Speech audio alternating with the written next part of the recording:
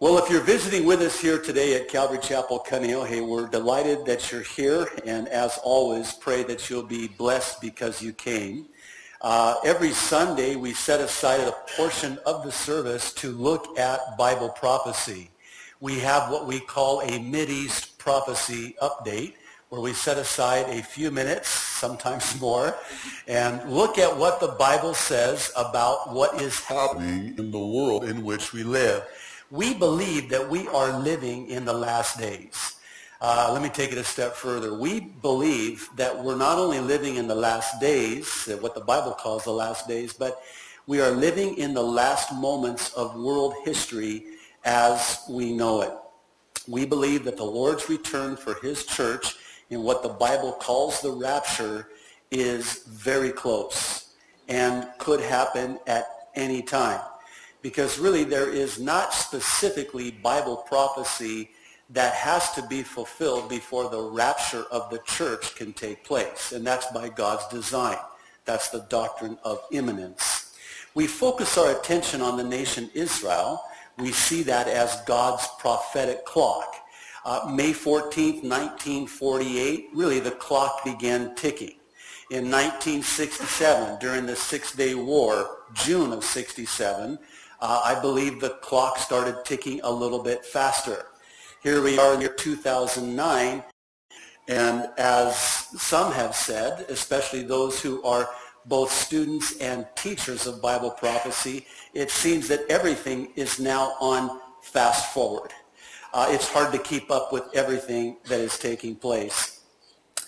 Every week prior to and in preparation for the Sunday prophecy update, I always petition the throne and ask the Lord, Lord, what is it that you would like me to talk about this Sunday?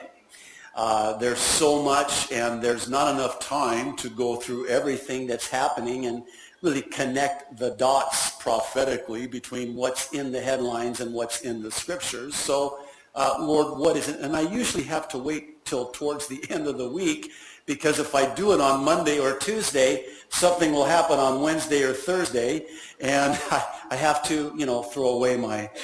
They don't, prophecy updates don't have much of a shelf life, actually, because things are moving so fast.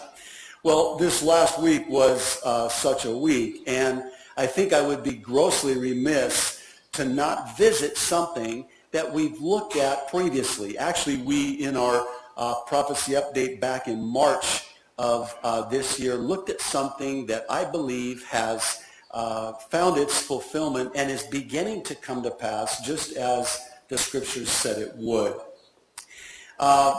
This last week, actually on Sunday, I had viewed a video and started receiving emails about Monday, then Tuesday, and then Wednesday. It was one of those interesting weeks, especially as it relates to Islam, and specifically the prominence that Islam has now in the world. Now, Christians don't know this, and I pray that you would not be ignorant about this, and this is one of the reasons, one of the many reasons why we do this on Sunday mornings and have these prophecy updates. Islam's goal is to control the world by force. That the world would submit to Islam.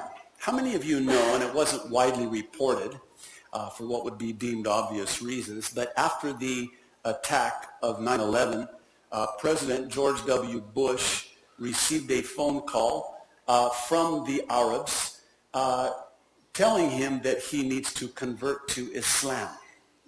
See, the goal of Islam is to fly the Muslim flag in the White House. That has been the goal of Islam. The goal of Islam is world dominance under Sharia law. And they will stop at nothing and do anything to achieve that. So you need to know that, and you need to understand that, because that will help explain much of what we see taking place in the world today, in the state of Hawaii, today, as we saw again this last week. First, I want to draw your attention to a YouTube video that was posted by a fellow Lebanese countryman of mine from Lebanon. I think he's about 31 years old. He put this up on YouTube about a month ago, and I was struck by how many views it's had. 4,805,581 as of, I think I did this graphic last week. Now, it is titled Muslim Demographics, and it's a very interesting video, and I would really encourage you. It's about 7 minutes in length, 7 minutes and 31 seconds to be exact in length, and I would really encourage you to watch this video. It's actually rather astonishing. The emails started pouring in. You know what I love about you guys? You all email me and say, hey, did you see this? I'm getting these emails from everybody all over the world saying, you got to see this. And so I do. And I do see this, and it is really interesting, and I want to sort of talk about it today because I think it really speaks to what we see taking place as it relates to Islam. This video, Muslim Demographics, I want to quote for you from it, and before I do, preface it this way. Catholicism heretofore has been the dominant religion in the world.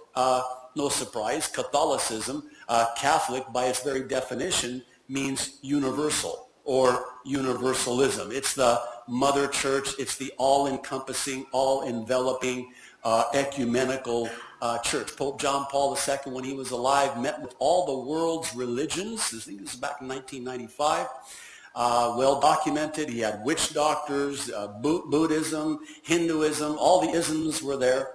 And Catholicism, representative of Christianity. Now, the reason I'm prefacing it this way is because when we speak of the Christianity that will be present during the tribulation, it will not be true Christianity. It will be a form of Christianity under the umbrella of Catholicism.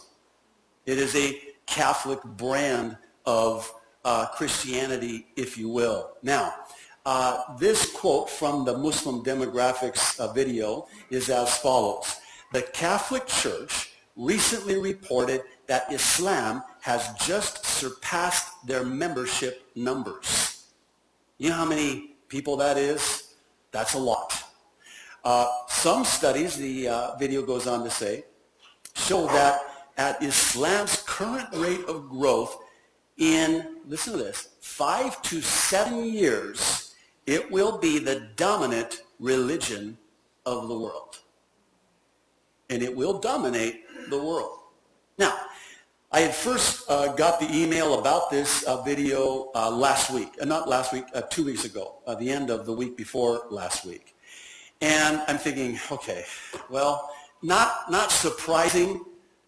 This does make sense to me. One email requested that I comment on how does it, relate to what the Bible says. I mean, how does this, Muslim domination of the world tie into Bible prophecy? And just as I was about to, really kind of form a response, I learned that on Wednesday, the 6th, like that graphic, May 6th, Wednesday, last week, the Hawaii State Senate approved a bill to proclaim and celebrate September 24th as Islam Day here in Hawaii. It made national news. One News Now asked the question, did you say aloha or Allah?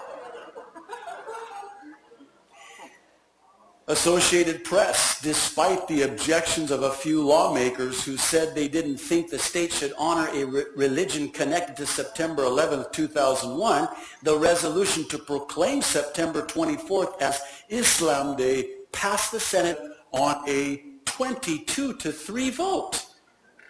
This bill was previously passed by Hawaii's House of Representatives. The bill recognizes what it calls the rich religious, scientific, cultural, and artistic contributions that Islam and the Islamic world have made.